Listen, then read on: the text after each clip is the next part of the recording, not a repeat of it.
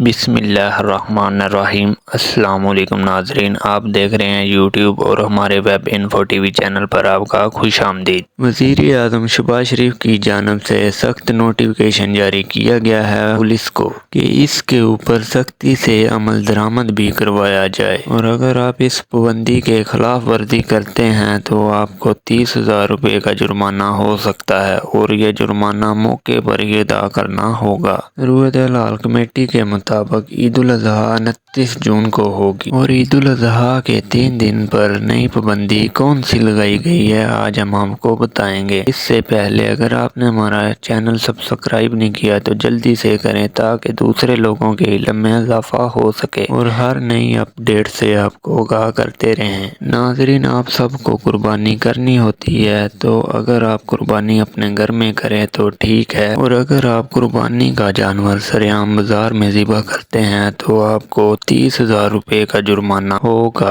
اور آپ کو موقع پر ہی ادا کرنا ہوگا۔ اگر ہماری ویڈیو اچھی لگی تو لائک، کمنٹ، شیئر ضرور کریں، اور کمنٹ سیکشن میں اپنی رائے کا اظہار ضرور کریں۔